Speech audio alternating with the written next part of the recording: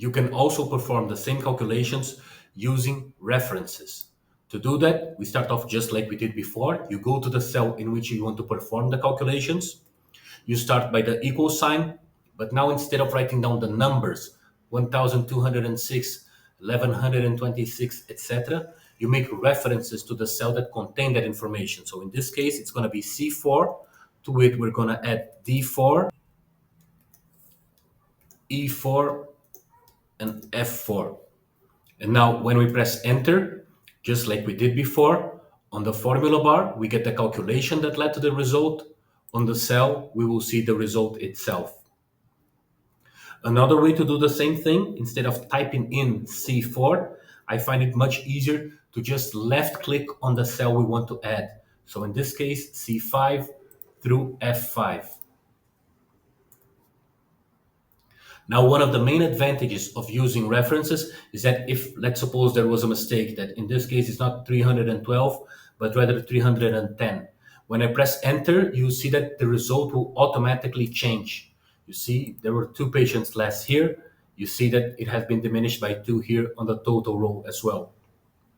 In this case, I am using relative references. That means that if I copy the content of cell G5 and paste it on cell G6, instead of getting the same number, which remember on G5 was the sum of C5 through F5, it will adapt to the row in which I am pasting it.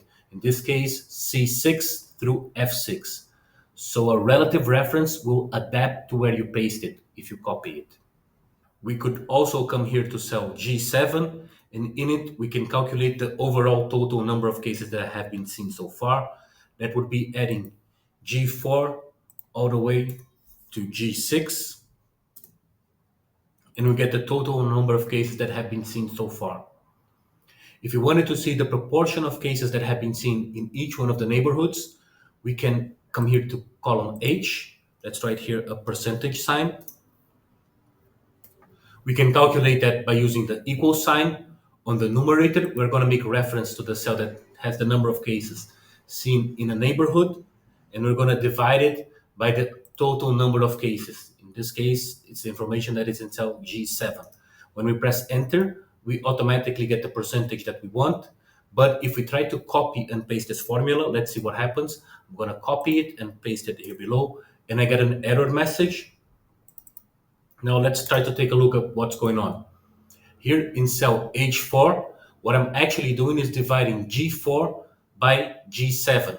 So I'm dividing the content of the cell that is immediately to the left of it by the content of the cell that is one column to the left and 3 rows down.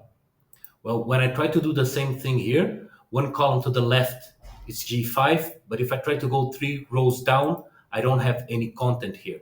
So it's telling me that it cannot divide by 0. So how can we try to fix this? Well, we can start off by using the equal sign, just like we did before.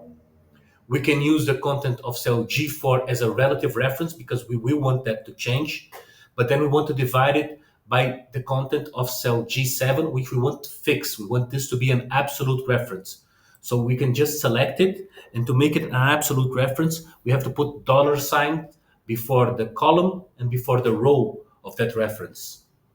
You see, now if I press enter, I get that same result, but I can copy and paste that formula. And if I look into the formula bar, I'm dividing now G5 by G7. And if I paste it 1 more row below, I'll get G6 divided by G7. So an absolute reference will not change when you copy and paste it elsewhere. And you denote it by putting $sign before the name of the column, the letter of the column, and the number of the row.